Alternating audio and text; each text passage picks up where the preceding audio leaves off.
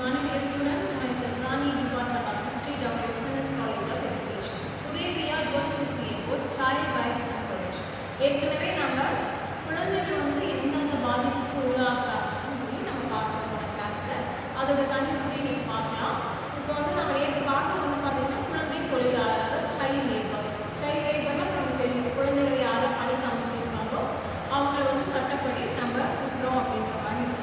அடுத்து எப்படி என்னன்னு பார்த்தோம்னா குழந்தை சுரண்டல். அதாவது குழந்தை சுரண்டல் அப்படின்னா என்ன மீனிங் அப்படின்னா, குழந்தைகளை வந்து பணிக்கு அமர்த்திட்டு, அதாவது அந்த குழந்தைகளை பணிக்கு அமர்த்திட்டு அவங்க கிட்ட இருந்து வேலைகளை வாங்கி, ஆனால் இவங்க வந்து என்ன பண்ணுறது, அந்த காசு வாங்கிக்கிறோம். இது ஒரு வகையான திருட்டு இல்லைன்னா சூறையாடுதல்னு கூட சொல்லலாம்.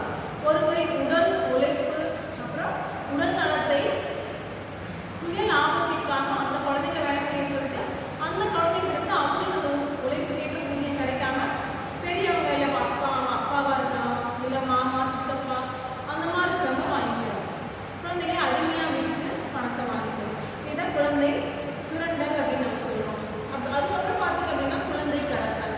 குழந்தை வந்து கிட்னாப் பண்ணிட்டு போகிறது. இப்போ நிறைய இடத்துல நம்ம பார்த்துட்டு இருக்கோம் இல்லையா, வெளியூர்களுக்கு குழந்தைங்க விற்கிறது, இல்லைன்னா கை கால்களை ஒடிச்சு விட்டு அவங்கள பிச்சு எடுக்க வைக்கிறது, அப்புறம் கண் பார்வை எடுக்கிறது, அந்த கண்ணை விற்று அவங்க அதன் மூலமாக வருமானத்தை ஈட்டிக் கொள்வது. அப்போ அந்த குழந்தைகள் வந்து ரொம்பவே எப்போ பார்த்தோம்னா குழந்தைங்க ரோட் போகிற விளையாடுற குழந்தைங்க, தனியாக விளையாடுற குழந்தைங்க, பாதுகாப்பு இல்லாமல் விளையாடுற குழந்தைங்க. அதனால தான் என்றைக்குமே ஒரு அவேர்னஸ் கொடுக்கணும் பேரண்ட்ஸ்க்கு. குழந்தைங்க என்றைக்குமே நம்ம கண்ட்ரோலில் நம்ம கண் பார்வையாக இருக்கணும்னு சொல்லி. இப்போ நிறைய இடத்துல நம்ம எவ்வளோதான் குழந்தைங்களை பார்த்தாலும் ஒரு சின்ன ஒரு மிஸ்டேக்னால குழந்தைங்க காணாமல் போகிறாங்க. இந்த மாதிரி குழந்தைங்களை கடத்தி அவங்க என்ன பண்ணுறாங்க, வெளியூர்களுக்கு அந்த குழந்தைங்களை விற்று அதன் மூலமாக வந்து காசு சம்பாதிக்கிறதுக்கு நிறைய பேர் இந்த நம்ம நாட்டில் பார்த்தீங்கன்னா நிறைய அளவுக்கு இலக்கியம் வந்துருக்கு. இது வந்து கண்டிப்பாக தடுக்கணும்.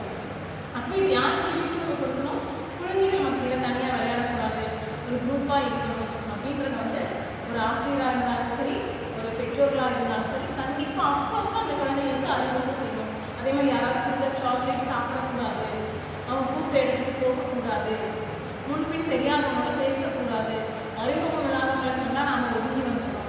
இந்த மாதிரியான ஒரு அச்சுறுத்தல், ஒரு பய உணர்வு, இந்த மாதிரி நம்ம குழந்தைங்களுக்கு ஒரு அவேர்னஸாக கொடுக்கணும். அடுத்தது பார்த்தீங்கன்னா இளம் வயது திருமணம். இந்த இளம் வயது திருமணம் வந்து பார்த்தீங்கன்னா அந்த காலத்தில் ரொம்ப நடந்துச்சு. இந்த காலத்தில் கொஞ்சம் கம்மியாக இருக்குது, ஆனால் நமக்கு தெரியாத இடத்துல நிறைய நடந்துட்டு தான் இருக்குங்க. இப்போ பார்த்தீங்க அப்படின்னா ஒரு 9th படிக்கிறாங்க, 10th படிக்கிறாங்க அப்படின்னா அப்போவே வந்து வீட்டுக்கு தெரியாமல் திருமணம் பண்ணிக்கிறாங்க. அப்போ வந்து பார்த்தீங்கன்னா அந்த காலத்தில் நம்ம பெற்றோர்கள் என்ன பண்ணாங்க, பயந்து பெண் குழந்தை வச்சுருந்தவங்க என்ன பண்ணாங்க, பயப்பட்டாங்க. இது யாருக்குள்ளேயா ஓடி போயிடுவாளா, இல்லை வந்து நமக்கு ஒரு கெட்ட பேர் வந்துடுமா, இல்லை பெண் குழந்தைய நம்ம எவ்வளோ நாள் பாதுகாக்கிறது அப்படின்றது அந்த காலத்திலே ஒரு பெற்றோர்களுக்கு பெரிய பாரமாக இருந்துச்சு. அப்போ அந்த பெண் குழந்தை திருமணத்தை வந்து கவர்மெண்ட் வந்து தடை பண்ணாங்க. ஏன்னா குழந்தைங்களும் நல்லபடியாக படித்து அவங்க கண்டிப்பாக 18 வயசு பூர்த்தி அடைஞ்சிருக்கணும். அப்போ தான் அவளுக்கு ஒரு அனுபவம் வரும், ஒரு குடும்பத்தை நடத்துறதுக்கான திறமை அந்த குழந்தைக்கு அப்போ தான் கிடைக்கும். அதுக்கு முன்னாடி அவள் படித்து நல்ல திறமையானவளாக விளங்கணுன்றதுக்காக தான் சட்டங்கள் அதிகப்படியான அளவில் இந்த குழந்தை திருமணத்திற்கு பார்த்தீங்கன்னா நிறைய கொண்டு வந்தாங்க. அதனால தான் பெண்களுக்கு 18 வயது, ஆண்களுக்கு 21 வயது இருக்கணும், அவங்க நிறைவேறினால் மட்டும்தான் திருமணம் நடக்கணுன்ற சட்டங்கள் கொண்டு வரப்பட்டது. அதுக்கடுத்து பார்த்தீங்கன்னா பெண் சிசு கொலை. இந்த பெண் சிசு கொலை அதிக அளவில் இருக்குது. எல்லாருக்குமே பையன் தான் வேணும், பெண் குழந்தையே வேண்டாம். எத்தனையோ பேர் குழந்தைகள் இல்லாமல் இருக்காங்க நம்ம நாட்டிலையும், நம்ம வீட்லேயும், நமக்கு தெரிஞ்சவங்க எத்தனை பேர் நம்ம பார்க்குறோம் குழந்தைகளே இல்லாமல் இருக்காங்க. ஆனால் அந்த கால பெரியவங்களுக்கு வீட்டுக்கு ஒரு வாரிசு வேணும், ஒரு ஆண் குழந்தை இருக்கணும் அப்படின்றத வந்து அவங்க வந்து ரொம்பவே இம்பார்ட்டண்டாக வச்சுருந்தாங்க. தம்பியோட பையன் இல்லைன்னா வாரிசு இல்லை. ஆனால் இந்த காலகட்டத்தில் பெண் குழந்தைங்களாம் அதிக அளவில் திறமை வாய்ந்தவங்களாகவும் பெற்றோர்களை கவனிக்கிறவங்களாகவும் யார் இருக்காங்கன்னு பார்த்தோம்னா பெண் குழந்தைங்களாம் அதிக அளவில் இருக்காங்க. அப்போ அந்த வெளிவெளிக்கு போய் ஸ்கேனிங் பண்ணும்போதே ஆனா பெண்ணான்னு சொல்கிறாங்க. அதனால தான் அது ஒரு சட்டம் கொண்டு வந்தாங்க.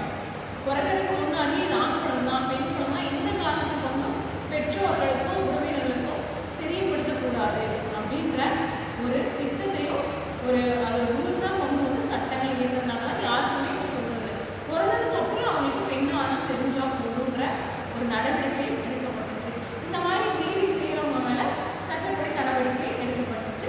இன்றைய நாட்களிலும் இந்த மாதிரி ஒரு ஒழுங்குமுறை பாதுகாப்பு தான் வந்துருக்கு.